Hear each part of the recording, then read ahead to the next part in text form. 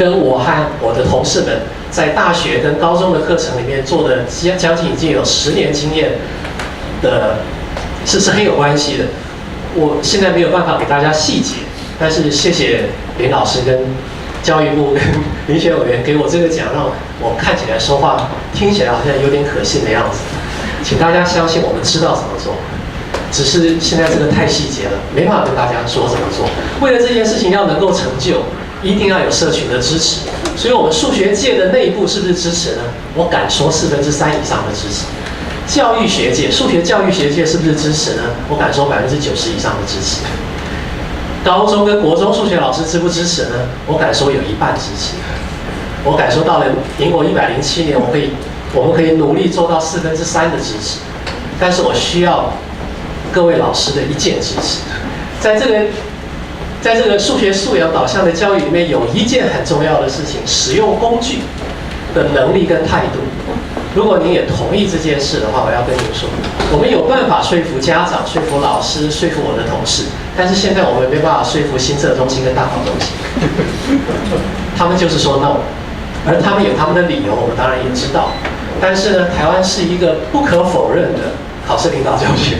的地区，我们绝对知道这个考试不会变成另外一种可怕的梦魇跟负担，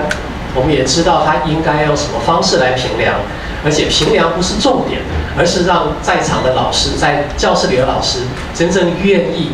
按照这个理想，用实务的情境，用可以解决生活问题的方式，把数学当作一种思考的方式的那种文化，把数学当作一种沟通跟理性思考的工具，或者是语言工具，交给学生。而在这个过程中，我们需要用工具来帮助我们解决问题，我们需要用工具来帮助我们实验，透过实验来认识数学。所以呢，我们需要在这里置入一件事，请在座的像林老师这样子的高人，有机会的时候就要帮我们一下子，帮我们跟新测中心和大考中心说，其实这件事会影响台湾未来无穷无尽的可能性。只要这一关通了，我相信到了10年之后，我们会有一个完全不一样的中学的数学教育的内容。所以呢，有人说教育像堆个沙堡，也有人说教育像百度。那么不管如何呢，我觉得我们每4年一次，大概就是用这个周期，把一群人送得远远的，然后再百度回来。而我们从专业要来教通识，就是百度回到人间。我们说的话，假如我是个中文系的教授，我说了专业的中文的时候，我相信在座也没有人听得懂。更何况我如果要说专业的国文的话，对不起，专业的数学的话。所以呢，其实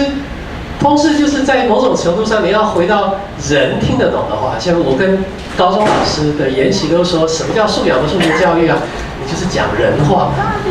用人的方式讲话。那么我们要百度回去，把学生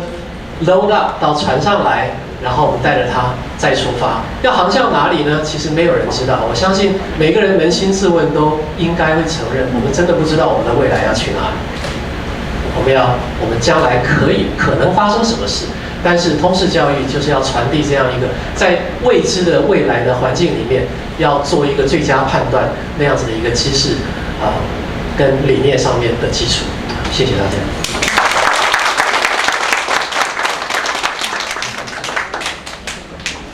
所以我自己学到很多，本来想跟你对话3个小时，但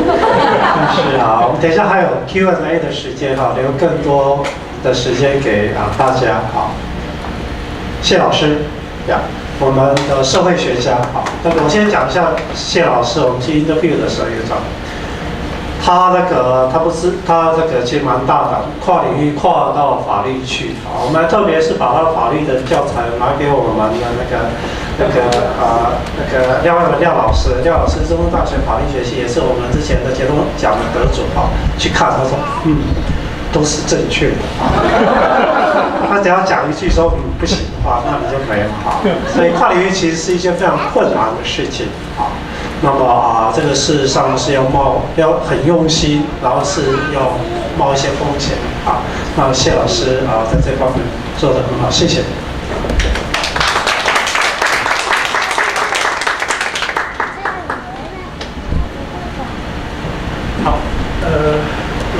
官、各位主任、各位老师，今天很高兴能够站在这边哦，然后得到了教育部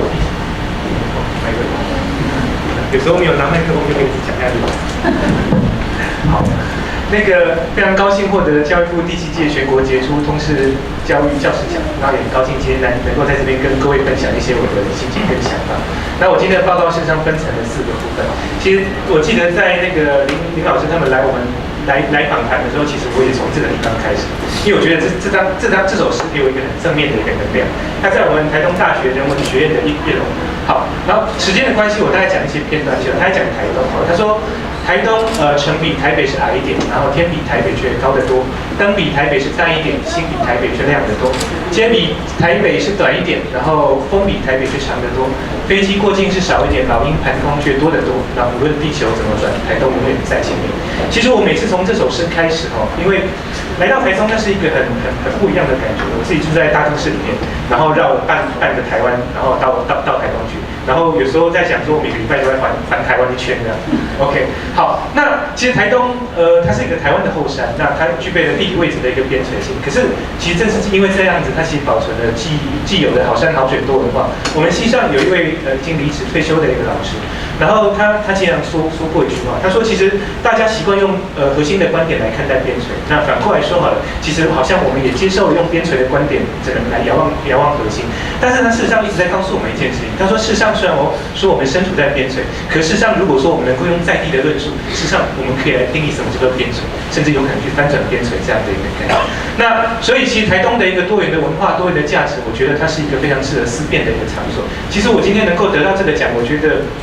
非常谢谢台东大学很多人的支持，那当然谢谢教育部给我们这个机会。那因为我来到台东大学之后，其实台东大学有很多前辈的老师们，其实他们比我做更多的事情，他们在地做了很多的一个社会的一个参与然后甚至有学生在他们要毕业的时候，然后跟我讲，他说台东的土地会黏人，他们的脚已经被黏住了。所以其实也许经过只是4年或2年硕士班的一个经历，他们其实对这个地方很有感情，甚至有一些学生其实他们愿意留下为台东做一点什么。那所以我一直觉得台东大学它是一个通识教育一个非常好的一个实践的一个基地。那这是我过去，那也是未来其实在努力的一个方向。好，这个大概是先跟各位分享一下。那学师跟教学历程这个可能就看一下就好。我是东海大学的社会学的一个博士，然后东海大学它是一个学术的殿堂，我在这个地方收获很多。那所以刚刚有谈到说犯罪血腥，那是我的研究的一个兴趣。我的主要专长是社会阶层的不平等。然后2011年来到台东大学，然后好，这个大概知道一下。然后相关的通识教育经历方面，其实我在2004年就在弘光科技大学的通识教育中心兼课，然后好长一段时间，后来在中兴大学也有兼课。来到台东大学之后，大概我没有放弃通识的这个开课，所以我的课其实重点是非常重的，但是我还是坚持每一个学期至少要开1门课。好，那来到台东大学之后，担任了1年半的教学学习中心学习辅导组的组长。其实他主要的任务，例如说公民素养的操作计划，是我们那时候在协助在执行。然后教总也是我们一直在申请。其实这个过程当中，我觉得都是收获很多。然后101学年度、102学年度担任通识教育的咨询委，103年度然后担任通识教育跨领域核心课程社会学门的召集。我觉得其实非常的幸运，甚至我在想过说为什么我能够站在这个地方其实我有时候我都觉得那是种因缘际会，因为刚好我来到台中大学的一段时间，差不多也才半个学期之后，其实大概就我们的前任校长刘金元校长他来到了台中大学，他对我们台中大学最主要的规划就是通识教育的一个改革。所以其实他花了很多的时间在进行通识教育的改革，然后建构了完整的一套理念，然后甚至不止还有更多的老师共同在参与。所以我说，其实在这个过程当中，我是因缘机会，然后做了一点事情，那刚好能够被大家看到，所以我先非常的感谢台中大学大家的一个支持。好，那在这样的一个过程当中，所以我当然有一点点小小的一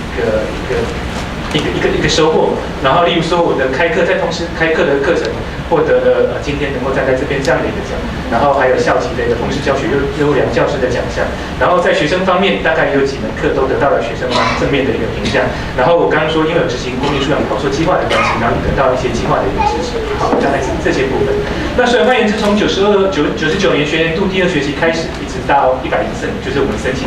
资料的时候，大概我总共开了10学期，然后13门课的通识的课程。然后这个是在刘校长任内完成的一个通识教育的一个改革的一个课程的架构，所以我在跨领域核心课程的社会科学领域里面，我开了社会学的相关课程。那我刚刚说过，那时候是担任这个地方课程的一个召集人，然后建制了教学大纲，然后也在博雅课程的这个部分，然后开设了相关的一个课程。好，那其实我放这一张图，我印象很深。那时候林崇义老师他们针对这张图问的一些让我也不晓得怎么样回答的一个问题。可是其实我放这一张表最大的用意，其实是我很多人都觉得说通识是营养学分的，当然我指的是学生，当他们来修课的时候，他们对通识有一些期待跟想象，我可能来这个地方轻轻松松完成了一门课，然后我就可以得到相对应的学分。可是我其实想要说的是，像我的课程当然有一个不错学生不错的一个评价，可是反过来说，其实他们会得到他们相对应得的一个东西。所以例如说不及格的人数当然也是有，然后有不错表现的同学也是有。我一直觉得啦，其实学生对一门课的评价不是来自于说这门课有多么的宽松，这门课老师对我多好，诸如此类的东西。我一直觉得说，其实在这个课程当中，同学感受到老师给他什么样的东西，老师就会对这门课程的努力的用心，然后他们收到了，那所以才会有相对应的回馈出来。那所以这个是我一直想要传达。所以其实我一直在想，通识应该是什么，然后如何来实践。其实对我来讲，教学就是一个所谓的传达、启发跟行动的一个过程。所谓的传达是，我有很多东西想要跟他们说。但是如果跟他们说的好像也只是我的想法，他们有没有收到都还是一个问题。但是即便他收到了，我希望他还能够进一步形成他自己的一个想法。我说的东西对他们有一些影响，然后形成他们自己的启发。如果只是启发而已，可能力还不太够。我甚至希望他们对他们未来的人生或者说也不见得一定要立即性的，可能在某个时间点上，他会想到我曾经说过的一句话，他甚至会想到我们曾经上课的某个内容，然后造成他可能某种实践、某种行动，甚至成某种改变。所以这个是我一直觉得教学在一个老师站在课堂上可以做的事情，也是我一直想要做的一个努力。那在我们的社会学当中，我其实刚刚听了几位同学跟老师的演讲的时候，我才突然惊觉，我们社会学有一个非常经典的一个核心的一个概念，叫社会学的想象。刚刚虽然说我一直蛮自豪社会学的想象是件非常棒的事情，可是刚刚在不同老师的报告当中，我看到了相同的东西。对，也就是说，所谓的社会学的想象，它指涉的是，社会学是一门研究人、研究社会、研究人跟社会之间关系的一门科学。然后刚刚早上的那个影片中文的影片里面，我已经常在提到说，社会学有三副眼镜，一副叫功能论的一个观点，一个叫冲突论的观点，一个叫互动论的一个观点。透过三副眼镜，当我们在看断相同的事情的时候，其实我们能够有不同的一个想象。那事实上这就是一个解构跟再建构的一个过程。所以用功能论的观点，我们可以看到某种正向的一个论述；用冲突论的观点，我们可以看到